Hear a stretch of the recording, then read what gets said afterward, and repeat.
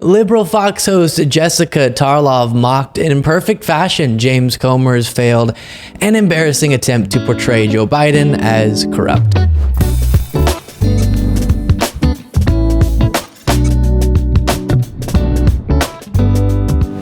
Well, we return to a moment from Fox News' The Five. Y'all know I love these clips where Jessica Tarlov here perfectly ridiculed House Republicans and James Comer's ridiculous investigation into President Joe Biden. They've been searching, as we've been covering, for months and months and months and months for something they could point to as proof that Joe Biden is corrupt. And they failed to find that thing, maybe because it doesn't exist, time and time again.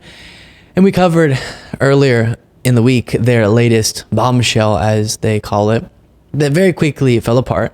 I'll remind you of what that was after watching this clip, but here you'll see it starts on a different subject and then gets to the subject of James Comer.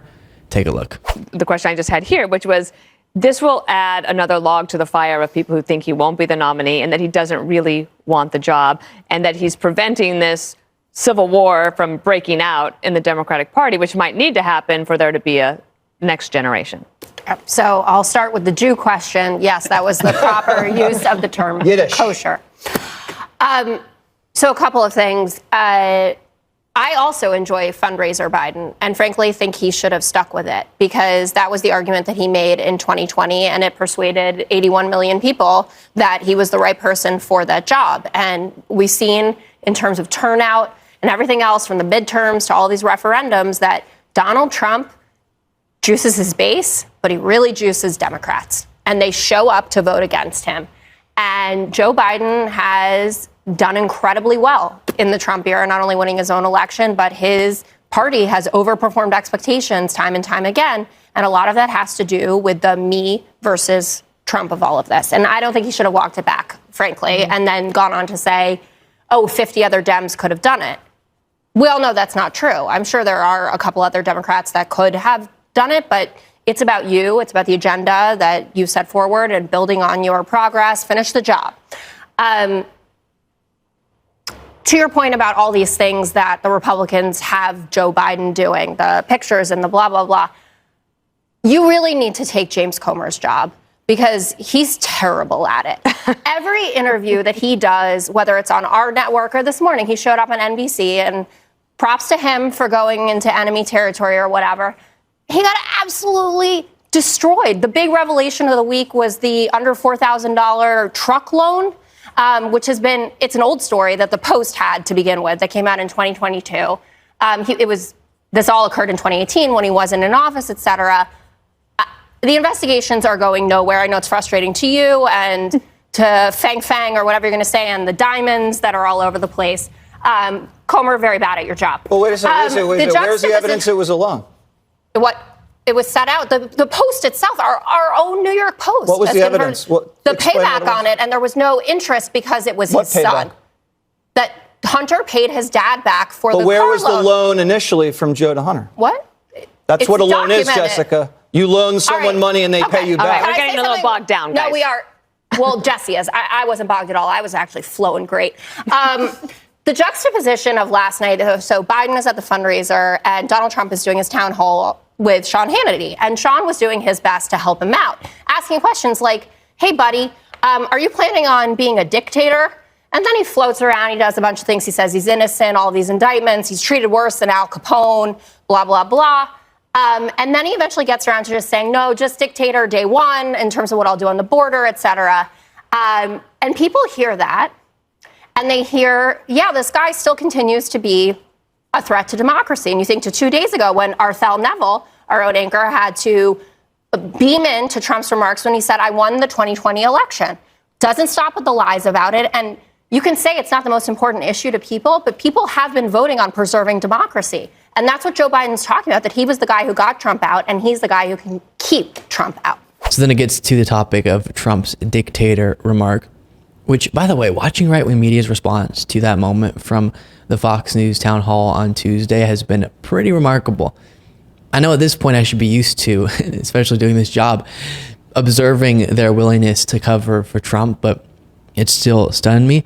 And as Jessica Tarlov was saying there, it's going to be yet another thing Democrats can use, as they should, to say Trump is a threat to democracy. They can point to that moment, and obviously his attempts to block the peaceful transfer of power, the more consequential moments, and his plans for a second term that are super authoritarian. But that will be yet another example of the danger.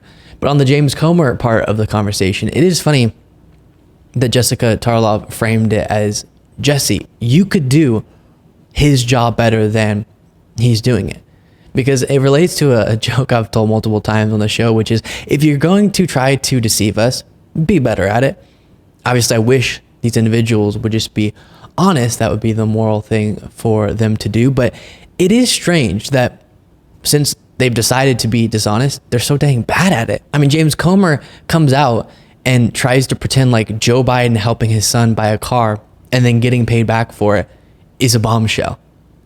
James, come on. And then James Comer and the right-wingers, after realizing kind of the foolishness of it all, try to claim that there wasn't really any car, I guess, and this was a way to actually funnel Biden money, even though it was only $4,000. Not the most impressive money laundering operation, if that was what that was on the part of the Bidens.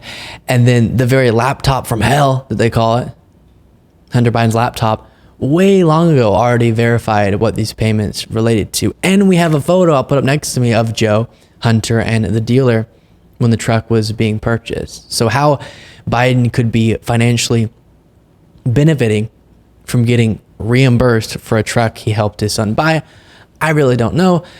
By the way, in that clip, Jessica Tarlov referenced Comer's NBC interview.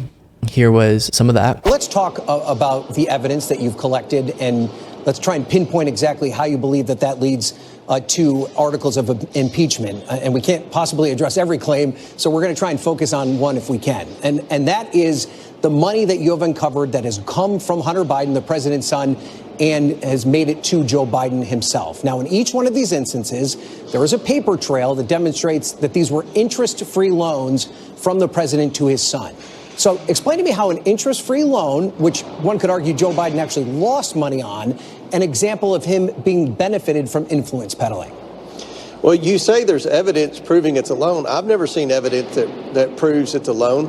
I'm from a banking background. If I loan you $250,000 and then you pay me back $250,000, then I should have a check to you for $250,000. Is that? Am I wrong on that? But there is, sir. You have bank records. You have bank records that show that the money came from one account into the other account. That's not true. I'm sorry, but that is not true. You're not providing factual information. You're providing talking points from the White House and the Biden legal team. James Comer just isn't good at perpetuating his own nonsense talking points. It's honestly sort of funny. Despite Comer's objections, there indeed is bank records that show the very money trail in regard to that loan that the NBC host was referencing. In one of the articles we read about this in a past segment, a great point was made. Time and time again, Republicans are really just able to prove that Biden seems to be a great family member. He gave his brother a zero interest loan. His brother paid it back. He helped his son buy a car. His son paid it back. Wonderful. Oh, the horror. But I will come back to this. What is this all really about? They know that much of the American public rightfully perceives Donald Trump as corrupt. And it's really hard to change that perception. But what they can try to do is make Biden look worse to balance the scale a little bit. Here's Eric Swalwell during an interview with David Pakman breaking this down. You have their nominee. They know their nominee is Donald Trump. And they know that he's facing 91 felony charges across 4 different jurisdictions and likely will be convicted on some of those, before the voters go to the ballot box in November. So, do you think so? Do you think the timeline will work out for that? Timeline, sure. The March case in D.C. Right. would be wrapped up. Now, look, it's up to the jury. Jury could acquit him too. They know. Let me rephrase that. They know there will be resolution on some of these cases before the voters go to vote. Fair. And they also probably price in that he may be convicted on some of these counts before the voters go to vote. So if that's the case, the best they can do to try and muddy up Biden would be to try and throw at Biden, charges of corruption so that maybe the voters say, well, they're both corrupt, and then Trump has a better chance at a jump ball election rather than one person has been convicted and impeached and the other not convicted, not impeached. So I think they do see this as an effort that they have to, just kind of muddy the waters, to make it harder for the voters to tell, who is the better of the two choices. And that's exactly it. Before you go, don't forget to become a member at lukebeasleyshow.com/membership. We're having the time of our lives on the bonus show. And by we, I mean me, but we, the audience, and me are having a good time. So join us at lukebeasleyshow.com/membership. Plus follow me on Threads at Luke Beasley Official, Instagram at Luke Beasley Official, X at Luke P. Beasley, and sign up for the Beasley Brief, which is a daily morning newsletter that summarizes the previous day's events by going to lukebeasleyshow.com/brief. And I'll talk to you all next time.